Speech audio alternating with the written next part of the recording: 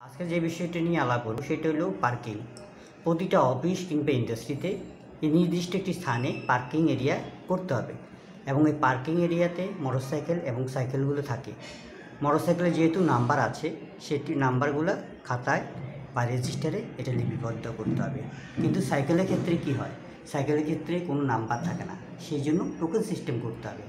দুটি টোকেন থাকবে, একটি টোকেন সাইকেলের মালিকের কাছে চলে যাবে আর একটি টোকেন আপনার কাছে থাকবে। যখন সে রেজিস্টারে এন্ট্রি করবে তার নাম, সময় এবং সাইকেলের মালিকের নাম, মোবাইল নাম্বার এবং কোন ডিপার্টমেন্টে সে কাজ করে সে স্বাক্ষর করবে।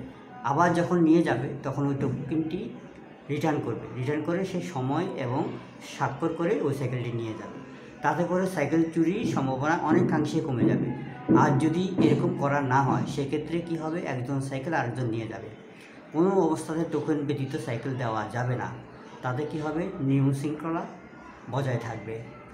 আরেকটা জিনিস খেয়াল রাখতে হবে, যদি সম্ভব হয় সেক্ষেত্রে সাইকেলের পিছনে নাম্বারিং করে দেওয়া। যে করিম সাহেবের সাইকেলটির নাম্বার 22, রহিম সাহেবের সাইকেলের নাম্বারটি 23, এইভাবে যদি লিখে দেওয়া যায় সেই অনুযায়ী ট্যাগ করা যায়। দুটি পদ্ধতি যে কোনো পদ্ধতি অবলম্বন করা যাইতে পারে।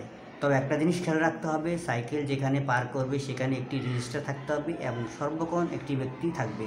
কোনো অবস্থাতে ওই ব্যক্তিকে সরানো যাবে না। যদি সরানো হয় সেক্ষেত্রে সাইকেল চুরি হওয়ার সম্ভাবনা থাকে। এই ক্ষেত্র অবলম্বন করলে আশা করি সাইকেল চুরি এবং গাড়ির যে মোটরসাইকেল যে পার্টসটি এটি রোধ করা সম্ভব হবে। আজ এই পর্যন্ত, পরবর্তীতে দেখা হবে।